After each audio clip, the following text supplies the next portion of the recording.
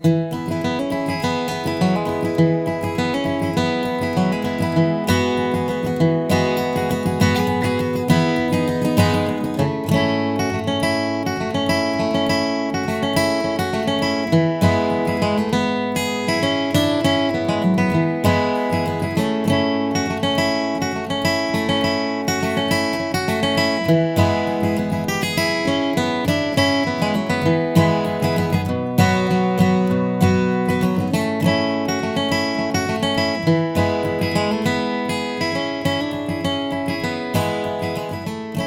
this guitar lesson, we'll take a look at some Molly Tuttle style flat picking.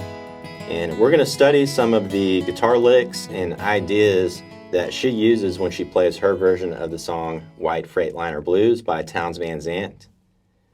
So anyways, let's go ahead and get started here. First thing we'll do is we're going to take a look at the chord progression we're going to use today to practice all this stuff. And then we'll go from there and we'll start learning some of these really nice Molly Tuttle style guitar riffs. Here's the main chord progression that we're going to use to learn all of these Molly Tuttle style guitar riffs. By the way, I've got my capo on the 4th fret, and everything that we play today will be out of the C position. So capo 4th fret, but we'll use key of C chord shapes. So we got the C major chord shape, and then the F major chord shape, and then the G major chord shape. So capo 4th fret. Let me go ahead and play through this main progression right here. And I'm going to play through this progression using a boom chick strumming pattern. Boom chick, boom chick, boom chick, boom chick. Pick, strum, pick, strum, pick, strum, pick, strum. Here we go, starting with the F chord. 1, 2, 3, 4. F, F, F, F to the C, C, C, C, back to F, down to F, F, F to the C, C,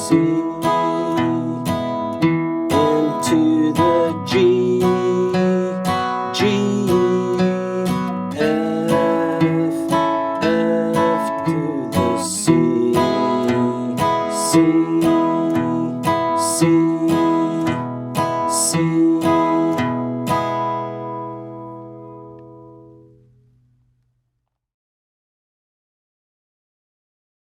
So that's a really common 1-4-5 chord progression, and you'll hear stuff like that all the time in country and bluegrass.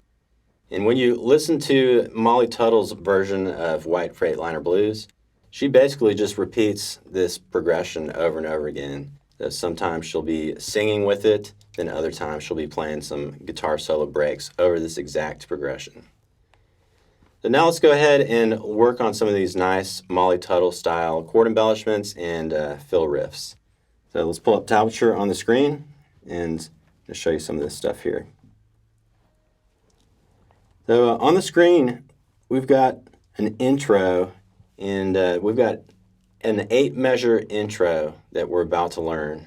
So we've only got 4 measures on the screen, but there's 8 measures in total for this intro. And this is kind of how Molly Tuttle starts out playing White Freightliner Blues. It's something similar to this. And we've just got 8 measures of the C major chord shape, but then she does some little chord embellishments over that C major shape.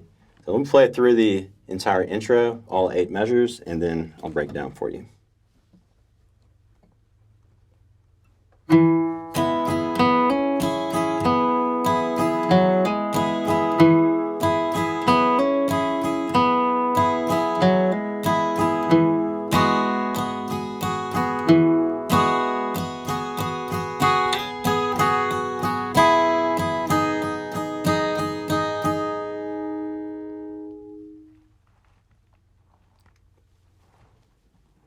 All right, let's break down this first line. the tablature, we've got 4 measures of C major chord. So basically in this first line, we're going to be holding down the C major chord shape. And all we're going to do is kind of move around our middle finger a little bit to play these little hammer-on chord embellishments, you know. But as far as our pointer and our ring fingers go, we're holding down that C chord shape. We'll leave the pointer and the ring fingers right where they are for that C major chord, just moving the middle finger only.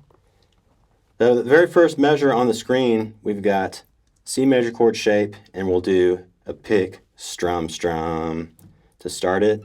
So pick, strum, strum. But then we'll do a hammer, strum, strum. And for that hammer on, I'm just lifting up the middle finger and then hammering it on the 3rd string. So hammer, strum, strum. The first measure all together goes pick, strum, strum, hammer, strum, strum. Pause it if you want to work on that a little bit. Then we'll move to the second measure, where we'll do a pick, strum, strum, hammer, strum, strum.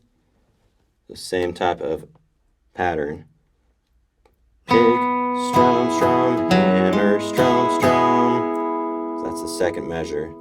You'll notice the very first pick in the second measure, that's the open 3rd string. So pick, the middle finger's off the fretboard, pick, strum, strum, hammer. When we do the hammer on in the second measure, right there, we just hammer into the C chord.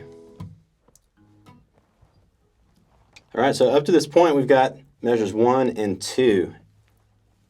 So let's play those together right now, measures 1 and 2, and you'll see that all you got to do after that is just play that exact same 2 measure section one more time for measures 3 and 4, because it's the exact same. Take a listen here. Measures 1 and 2.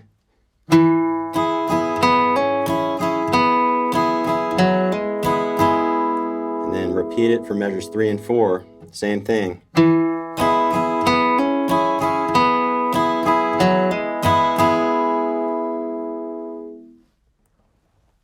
All right, so not too bad, pretty straightforward there. Now we got measures 1 through 4. Let's add on the rest of the intro. We got measures 5 through 8 next. Let's take a listen.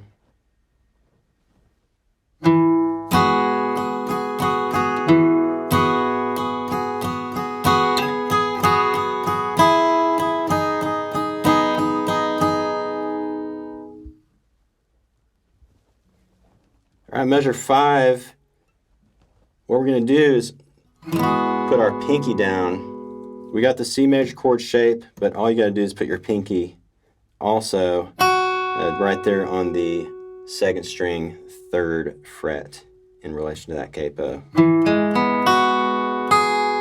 So that's the chord.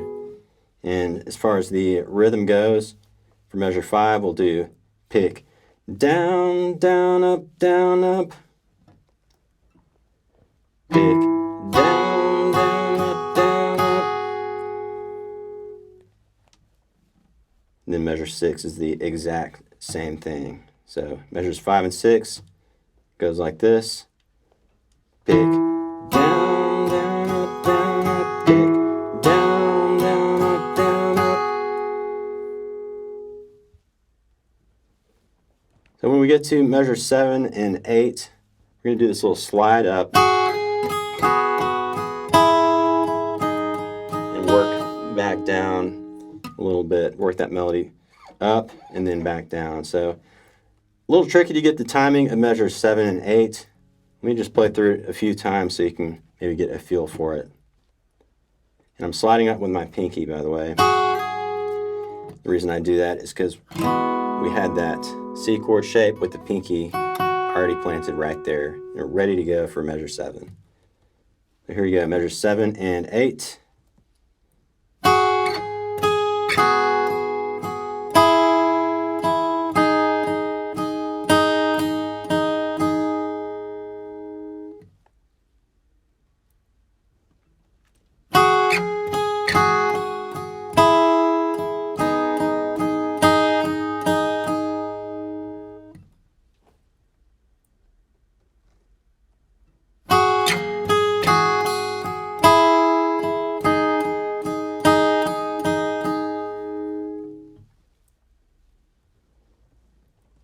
I think when you're learning measure 7 and 8, it's really helpful just to focus on that second string.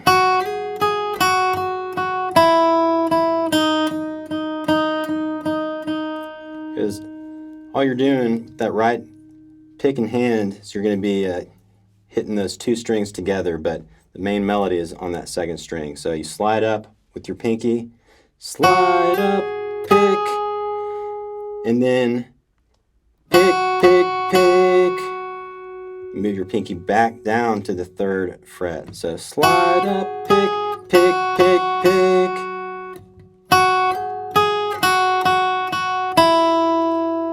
And that's the 7th measure.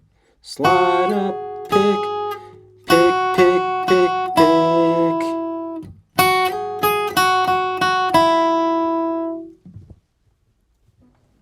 Once you get that down, just add in that high E string, ring it out open.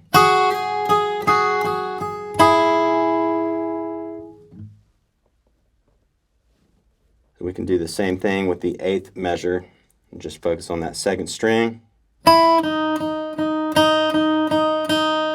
That's the 8th measure. It's all 8th notes. So the very first note, we've got our pointer finger on the second string, but then from there on out, just all open strings. So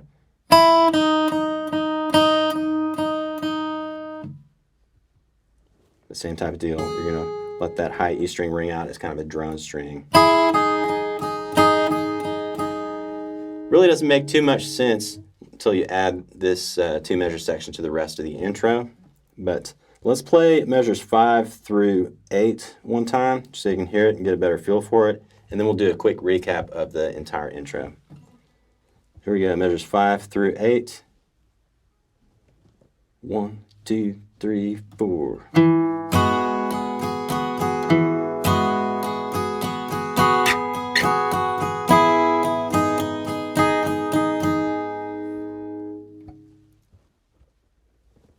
And now let's play the entire intro. Practice with me if you want to, or you can just listen. Here we go. Measure 1, I'll count us in 4 counts. 1, 2, 3, 4.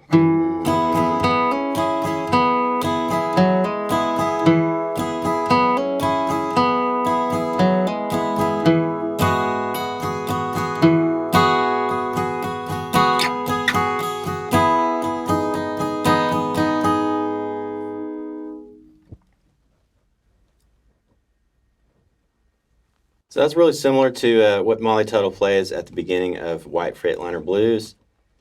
Just want to show you all that real quick, but now we're about to get into the main progression that we learned at the beginning of this video. But we're going to start adding some really nice chord embellishments and Molly Tuttle style guitar riffs to this main progression. So here we go. This is where the main progression starts in the tablature, the 9th measure. Let me play through this line of the tablature and then I'll break it down for you.